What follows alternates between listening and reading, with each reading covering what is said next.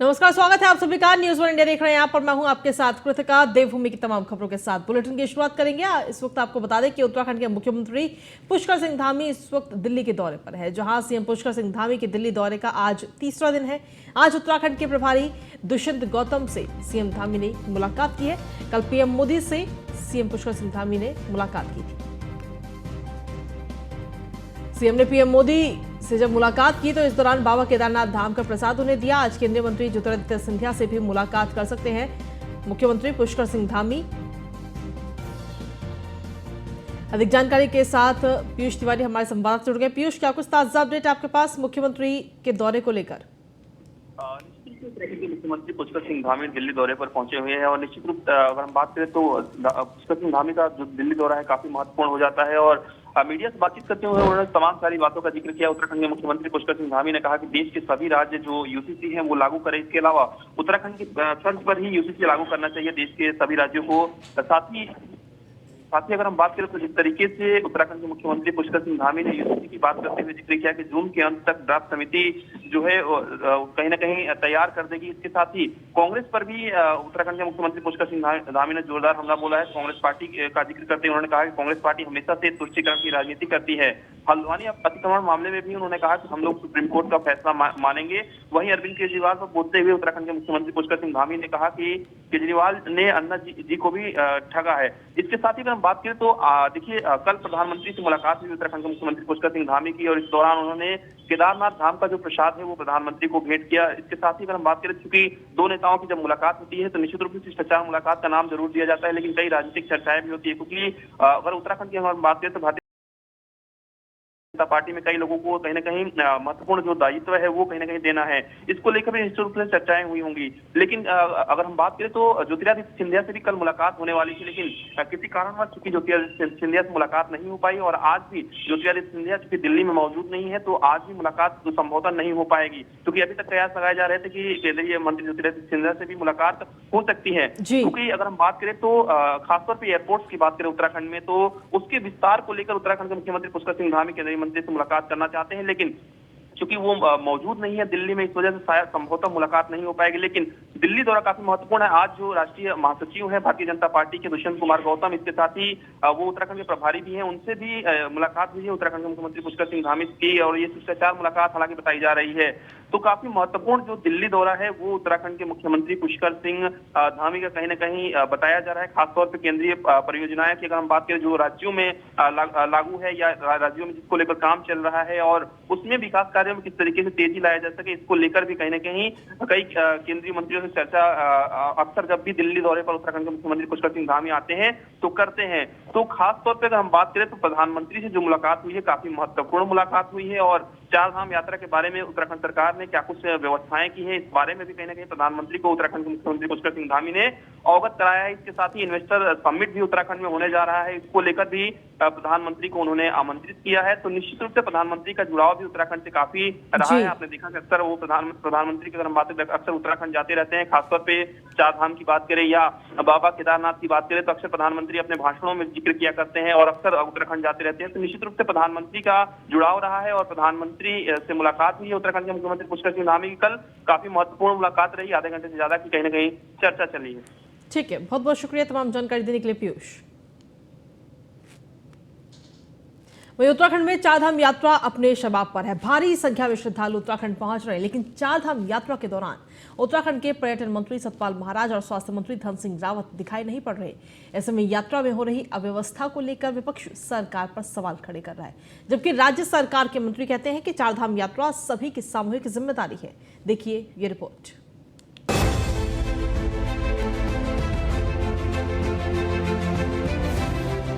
उत्तराखंड में चारधाम यात्रा को शुरू हुए 10 दिन से अधिक का समय बीत चुका है।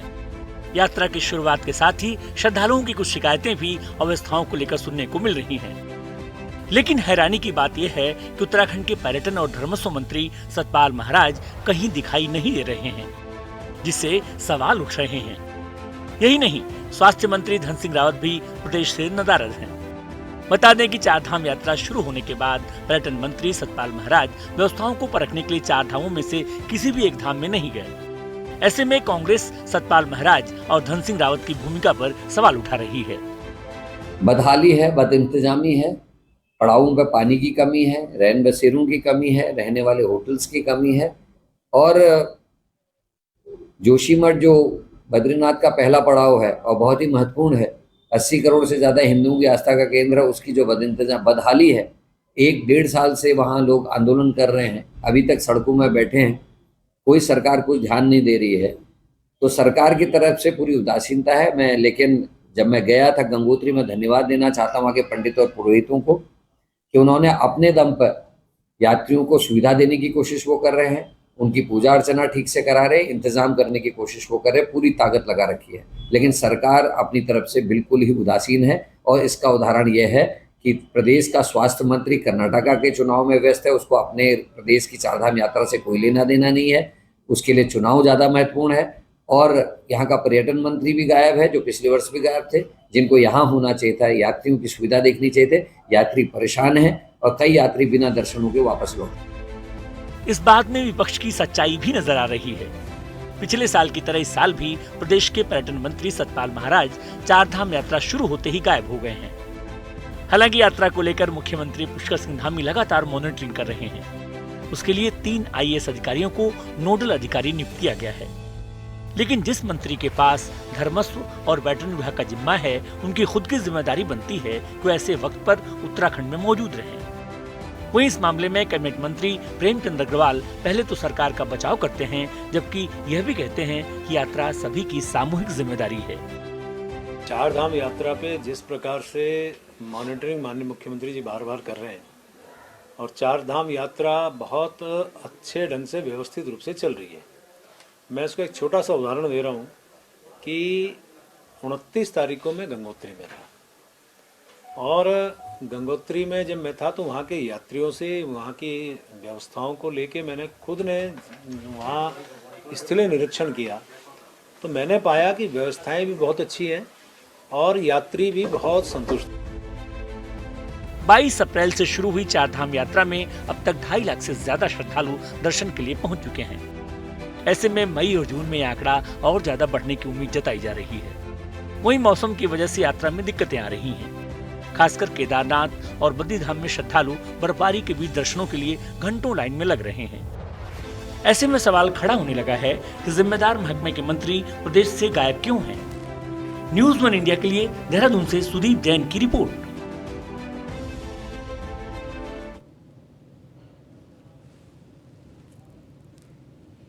वहीं उत्तराखंड में सेल्फ असेसमेंट के आधार पर अब घर बैठे ही आप बिना किसी प्राधिकरण के चक्कर लगाए बिना नक्शा पास करा सकेंगे।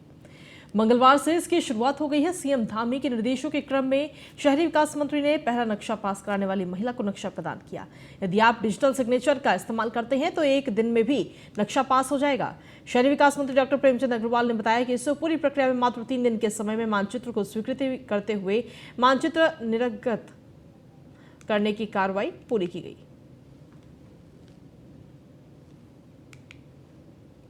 सरलीकरण से समाधान तक जो हमारी सरकार की मंशा है उसके तहत आप जानते हैं जिस प्रकार से नक्शा पास कराने में लोगों को बड़ी परेशानियों का सामना करना पड़ता था, शिकायतें भी आती थी। आप जानते हैं कि हमने प्राधिकरणों में कहा था कि 15 दिन में आप जो है आवासीय और 30 दिन में व्यावसायिक नक्शा आप पास करें, लेकिन उसके बावजूद समस्याएं जो आती थी, ऐसे में पिछले दिनों माननीय कैबिनेट में पास हुआ था कि हम सेल्फ असेसमेंट के आधार पे नक्शों को पास करेंगे और उसी प्रक्रिया के तहत आज हमने पहला नक्शा श्रीमती मुक्ता जोशी जी को आज हमने दिया है और ये सरकार की उपलब्धि है। और मैं सभी से आपके माध्यम से अपील कर रहा हूँ कि आप इस ऐप के माध्यम से जुड़िए। जो समस्याएं, जो बातें, और बार बार एक विषय आता था कि साहब हम प्राधिकरण में जा रहे हैं, परेशानी हो रही है, इसमें प्राधिकरण के किसी कर्मचारी से कोई कांटेक्ट नहीं हो रहा है और इनको जो नक्शा मिला वो 3 दिन के अंदर मिला है। 3 दिन के अंदर आप समझिए कितना कम समय में इनको ये मिला है। इसमें यदि आर्किटेक्ट का जो सिग्नेचर है, यदि डिजिटल सिग्नेचर होते तो हो सकता है 3 दिन से और कम समय लगता, फिर तो 1 ही दिन लगता। अब आप समझिए कितनी तेजी से सरकार काम करने में, जनता को सुविधा देने में गंभीर है, काम कर रही है। का सपना होता है एक अपना घर हो सर, एक अपनी छत हो, तो सर जैसे कि ये प्राधिकरण में हम जब नक्शा पास करवाते हैं तो हम सभी को पता है कि कितना टाइम लग जाता है।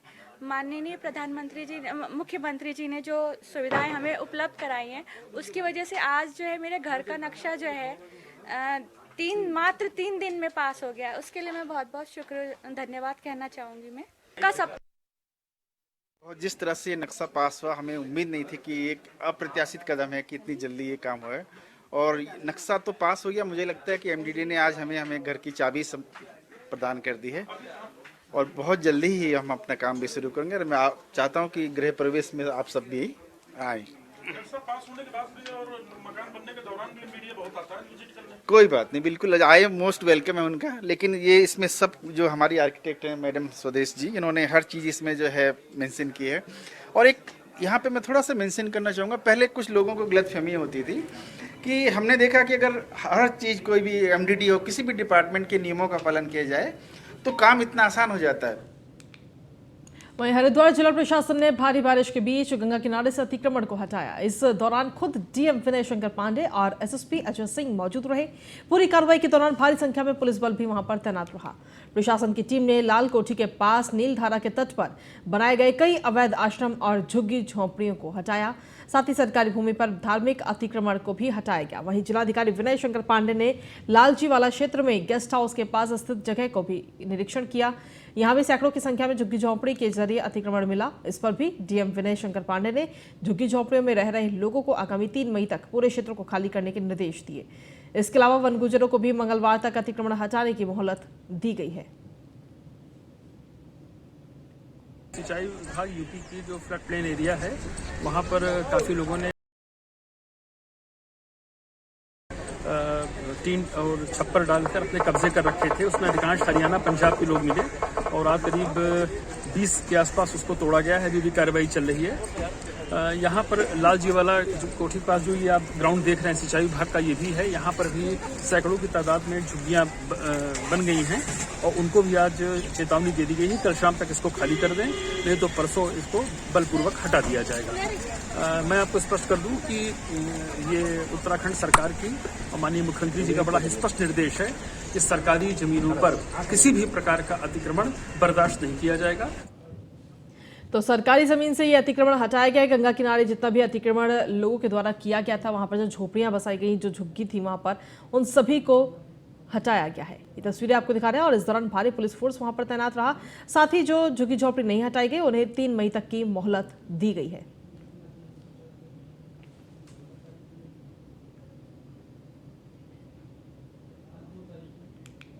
वहीं उत्तराखंड के मुख्यमंत्री पुष्कर सिंह धामी का बड़ा बयान इस वक्त सामने आया। उन्होंने कहा कि हम चाहते हैं कि देश के सभी राज्य यूसीसी लागू करें। उत्तराखंड की तर्ज पर यूसीसी लागू करनी चाहिए। जून के अंत तक ड्राफ्ट समिति ड्राफ्ट तैयार करके देगी। कांग्रेस हमेशा से तुष्टीकरण की राजनीति करती है और हल्द्वानी अतिक्रमण मामले में भी सुप्रीम कोर्ट का जो भी फैसला होगा उसे हम मानेंगे, ऐसा कहना है मुख्यमंत्री का। साथ ही उन्होंने कहा केजरीवाल ने अन्ना जी को भी ठगा है। तो ये बड़ा बयान इस वक्त मुख्यमंत्री पुष्कर सिंह धामी की तरफ से दिया गया। आपको बता दें कि इस वक्त दिल्ली के दौरे पर है मुख्यमंत्री पुष्कर सिंह धामी, जहां पर ये तमाम बातें उनकी तरफ से कही गई। उत्तराखंड की तर्ज पर यूसीसी लागू करनी चाहिए।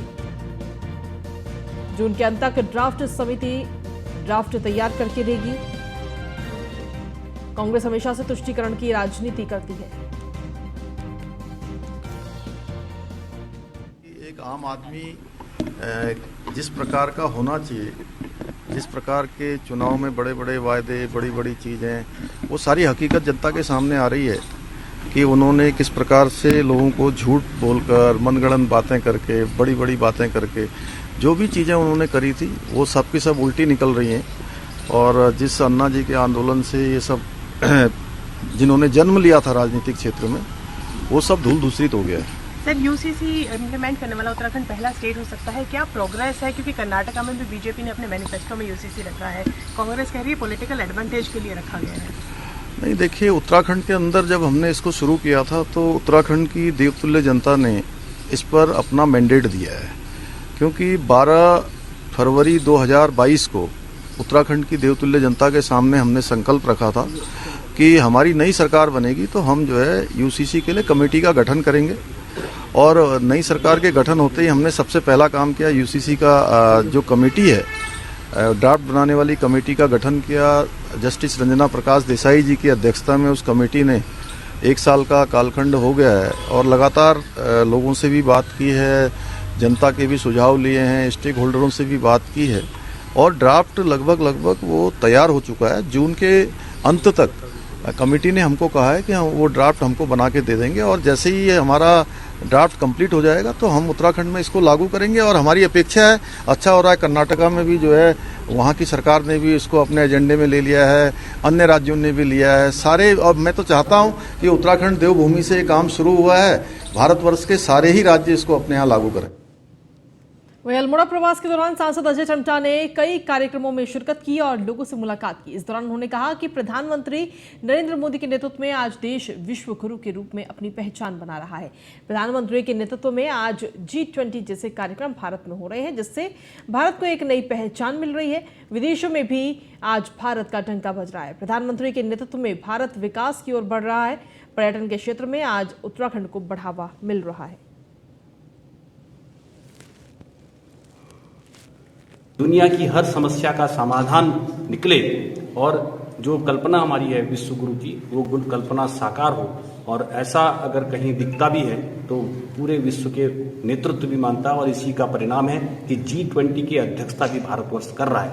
ये सामने दिख रहा है और उस कार्यक्रम को हर प्रदेश में करने का काम किया है। मेरे उत्तराखंड में भी, रामनगर में और ऋषिकेश में भी G20 के कार्यक्रम हुए। तो ये अपने आप में देश की महत्ता को बताने का काम किया है। और जो हम कहते थे कि भारत विश्वगुरु है, और वास्तव में उस कल्पना को साकार करने का काम भी अगर किसी ने किया है तो वो देश के प्रधानमंत्री। वहीं केदारनाथ धाम में पल पल मौसम का मिजाज बदल रहा है। बारिश और बर्फबारी के कारण धाम में ठंड बढ़ गई है। तो वहीं मौसम के तल्ख मिजाज को देखते हुए रुद्रप्रयाग डीएम मयूर दीक्षित ने केदारनाथ जाने वाले तीर्थयात्रियों का रजिस्ट्रेशन 3 मई तक के लिए रोक दिया है। साथ ही तीर्थयात्रियों को मौसम की जानकारी लेने के बाद आगे की यात्रा करने की अपील भी की गई है।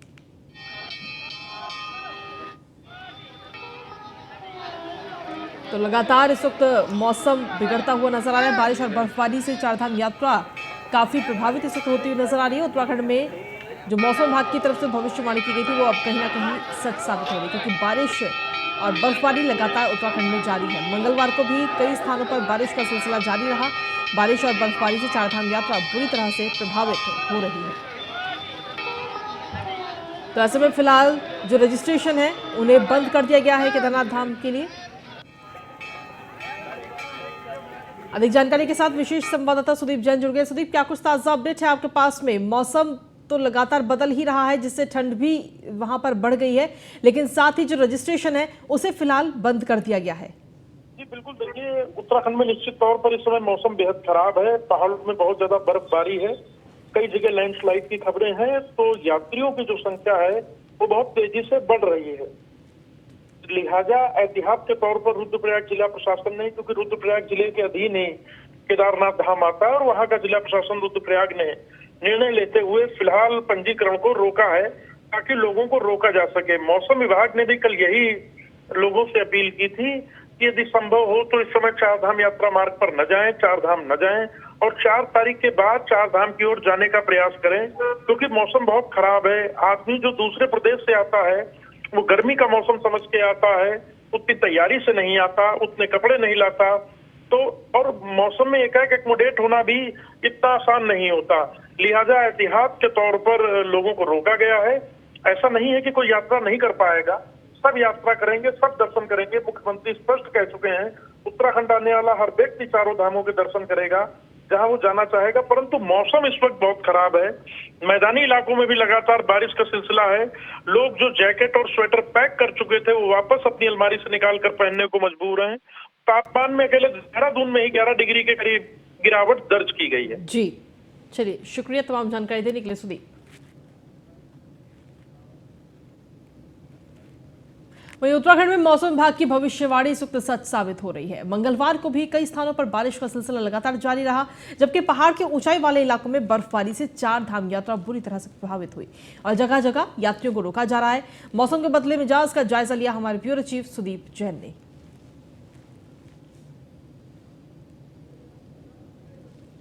उत्तराखंड में मौसम विभाग की चेतावनी के मुताबिक ही बारिश का सिलसिला जारी है, जबकि पहाड़ में चार धाम यात्रा को भी मौसम बुरी तरह प्रभावित कर रहा है और यात्रियों को केदारनाथ जाने से रोका भी गया है।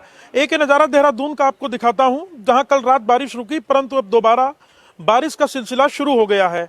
उत्तराखंड के मौसम विभाग के निदेशक डॉक्टर विक्रम सिंह ने कहा है कि 4 तारीख तक मौसम साफ होने के आसार नहीं है। 4 तारीख से मौसम साफ जरूर होगा और पहाड़ों में यात्रा सुचारू हो पाएगी।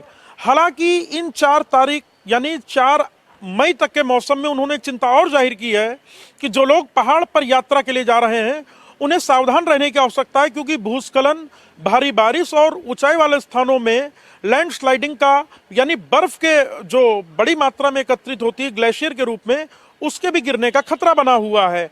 लिहाजा जो लोग 4 धाम यात्रा पर जा रहे हैं उन्हें भी सावधानी बरतने और यदि हो सके तो फिलहाल यात्रा को रोकना ही बेहतर होगा। कैमरा सहयोगी अंजीत के साथ सुदीप जैन, न्यूज़ 1 इंडिया। वहीं उत्तराखंड हाईकोर्ट में विधानसभा सचिवालय में हुई अवैध नियुक्तियों के खिलाफ दायर जनहित याचिका पर सुनवाई की गई। मामले की सुनवाई के बाद मुख्य न्यायाधीश विपिन सांघी और न्यायमूर्ति राकेश थपलियाल की खंडपीठ ने राज्य सरकार से 4 सप्ताह के भीतर जवाब पेश करने को कहा। मामले की अगली सुनवाई के लिए 30 जून की तारीख नियत की गई। मामले के अनुसार उत्तराखंड विधानसभा सचिवालय में बैकडोर भर्ती, भ्रष्टाचार और अनियमितताओं के खिलाफ देहरादून निवासी सामाजिक कार्यकर्ता अभिनव थापर ने जनहित याचिका दायर की थी। उन्होंने याचिका में कहा कि विधानसभा ने एक जांच समिति बनाकर 2016 के बाद की विधानसभा सचिवालय में हुई भर्तियों को निरस्त कर दिया है, जबकि उससे पहले की नियुक्तियों को निरस्त नहीं किया। सचिवालय में यह घोटाला साल 2000 में राज्य बनने से अब तक होता रहा है। इसकी सरकार ने अनदेखी कर रखी है। जनहित याचिका में कोर्ट से प्रार्थना की गई है कि विधानसभा भर्ती में भ्रष्टाचार से नौकरियों को लगाने वाले ताकतवर लोगों के खिलाफ उच्च न्यायालय के सिटिंग जज की निगरानी में जांच कराई जाए। सरकार उनसे सरकारी धन की वसूली कर उनके खिलाफ कार्रवाई करे। विधानसभा बैकडोर भर्ती घोटाले पे जो जनहित याचिका चल रही है माननीय हाईकोर्ट में, इसमें आज हाईकोर्ट ने गंभीर संज्ञान लिया है और प्रदेश सरकार ने 6 महीने से जो अभी तक जवाब नहीं दिया है उसमें 4 हफ्ते में प्रदेश सरकार को जवाब देने के लिए कहा है और ये गर्मियों की छुट्टियों के बाद एकदम 30 जून को ये इसकी डेट लगा दी है। उम्मीद है जल्दी इसमें हमको न्याय मिल सकेगा। 6 महीने बीत गए हैं हाई कोर्ट के ऑर्डर को। विधानसभा ने तो अपना जवाब जैसे तैसे दे दिया है, किंतु अभी तक प्रदेश सरकार ने इस पर कोई जवाब नहीं दिया। वहीं देहरादून के थाना नगर कोतवाली क्षेत्र के अंतर्गत गांधी पार्क के सामने बेकरी में सोमवार देर रात अचानक आग लग गई, जिसके बाद बेकरी मालिक ने घटना की सूचना फायर ब्रिगेड को दी। सूचना पाकर मौके पर पहुंची फायर ब्रिगेड कर्मी आग पर काबू पाने की कोशिश में लगे रहे। तभी बेकरी में लगे एसी कंप्रेसर में जोरदार धमाका हो गया, जिसके बाद फायर ब्रिगेड की 6 गाड़ियों ने करीब 1.5 घंटे की कड़ी मुशक्कत के बाद इस भीषण आग पर काबू पाया। पुलिस घटना की जाँच कर रही है और पुलिस के अनुसार गांधी पार्क के सामने बेक मास्टर नाम की बेकरी है और बेकरी मालिक मनराज चोली और कारीगर बीती रात करीब 10 बजे दुकान बंद कर अपने घर चले गए थे। उसके बाद किसी ने दुकान के अगले हिस्से में धुआं निकलते देखा और बेकरी के मालिक मनराज चोली को फोन करके इसकी सूचना दी। सूचना मिलने के बाद मनराज मौके पर पहुंचे तो देखा कि बेकरी के दोनों तरफ से आग की लपटें निकल रही हैं, जिसके बाद उन्होंने घटना की सूचना फायर ब्रिगेड को दी। सूचना पाकर तत्काल मौके पर पहुंची फायर ब्रिगेड की गाड़ियां ने कड़ी मशक्कत के बाद इस भीषण आग पर काबू पाया।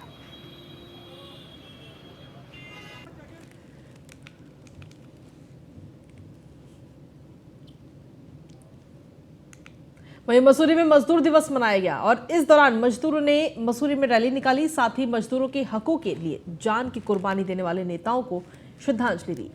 इस दौरान मजदूरों ने केंद्र और राज्य सरकार को घेरा। इस मौके पर मजदूर नेताओं ने केंद्र सरकार को मजदूर विरोधी बताते हुए कहा कि प्रधानमंत्री नरेंद्र मोदी ने चुनाव के दौरान मजदूर के हितों को लेकर कई वायदे कर अच्छे दिनों के सपने दिखाए थे, मगर सत्ता हासिल करते ही सरकार अपने सारे वायदे भूल गई।